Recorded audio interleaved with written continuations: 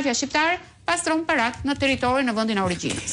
Alba, me qësë... Po, Genci, po, më thuaj. Që një pyetje për Albën. Alba, jam shumë kurios. Tu në Keneve në Francë, nuk të lëshon shtypi ty, nëse Macroni shtrëngon dorë një të korruptuari apo një diktatori. Nuk ka gazetar italian ti bësh një pyetje sot, ata zonjës Meloni të mbyll syt. Kjo fat nas gjeni konferencë shtypi. Më për një mesazh që Shqipëria të më shumë korrupsionin. Kjo më habit mua. Genci, ne kemi një fitore të vogël, më ndiq pa, Genci. Ne sot kemi një fitore të vogël, edhe pse nuk është fitore, faktin që ata lejuan të bëjmë pyetje. Pasi unë dje, në qoftë se shikon atë radhën, në krau të djathtë të Giorgia Melonit është Fabrizio Alfano, që është krau i djathtë i Giorgia Melonit. Dhe unë e kam kontaktin drejt për drejt me ato dhe më ka thonë, nesër nuk do të ketë një konferencë shtypi me pyetje përgjigje, po do të ketë vetëm deklarata mediatike të dy kryeministrave. Apo jo?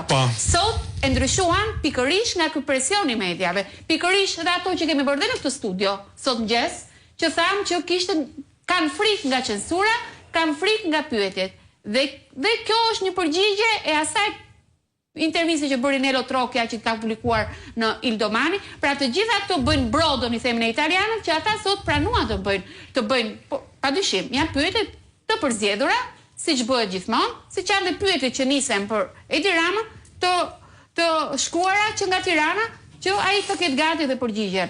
Megjithatë, unë këtë e shoh si një përgjigje. Sot pyetja kryesore që ishte nga mediat shqiptare. Nga kush? Ishte nga një gazetare e njohur, nuk kam pse përmendem, po shqetësimi më i madh ishte që çfarë mendoni ju për faktin e italianëve të mbetur mbas lutjes së dytë botërore të Shqipërisë? E të mërshme. Do më praktikisht çfarë mendoni ju për Agushin e Mato Grudës? Si mendoni se e trajtoi Mato Gruda Agjishën? Pra kjo ishte pyetja kryesore nga gazetarët e pavarur të Shqipërisë. Po më mirë lëri gazetarët e Shqipërisë se Genci me të drejtë thotë, nuk pati një gazetar italian që të pyeste sepse ka dy gjëra. Është përzierje. E para ishte prezenca e zonjës Balluku dhe sot edhe në një shënim tim i kam thënë standardi europian i implikimeve të tilla kur je i pandehur. Gazetarë shqiptarë që bënin selfie nga atje, merr vesh. Pse është e re kjo për ty? Jo, fare, për kundër. Atëherë, unë e re për mua është kjo që thotë Genci, që gazetarët italianë, që të paktën presin nga ata, kishin mundësi që të bënin vetëm një pyetje, sepse standardi i Italisë, të lutem Alba mos më lë të gaboj, por unë kam parasysh një seri ministrash që i kanë dhënë dorëheqjet e tyre, jo të marrë të pandehur, jo në nehetime, po thjesht sepse varësit e tyre ka qenë mos gabojmë ministre po infrastrukturës, sepse varësit e saj rezultonin se mund të ishin të përfshirë pra është një standard moral i pashkruar. Ukraina sot $90 milionë. Një vend që është në luftë.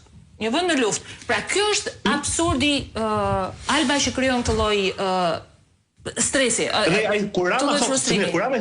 Kurama thot që Italia është avokat, Meloni do të avokati e Shqipërisë për integrimin. Jo more, ai thot Meloni do të jetë avokati e Edi Ramës, për të mbuluar korrupsionin. Unë kështu e përfekt dhe gjë.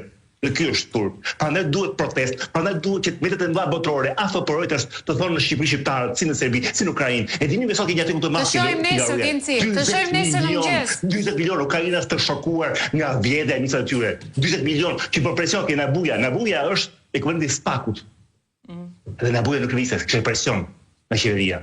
Edhe sot hapingojnë gjithë. Edhe thot një gazetar, ai mund të bëjë një batutë patjetër. Thot sot Gjogetin, thot sot ai gazetari italian Ukrainës që dha alarmin.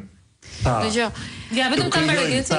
Do krijojmë një demokraci apo një urësi të vogël në Ukrainë. Kjo është korrupsion. Ky nuk të janë vlerat europiane. Ton plas më Edi Rama sot në mes të Romës për vlerat europiane të Shqipërisë.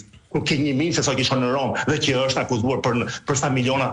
Jo, kjo nuk është Evropa. Nuk është Evropa ku unë jam do të pagoj taksa.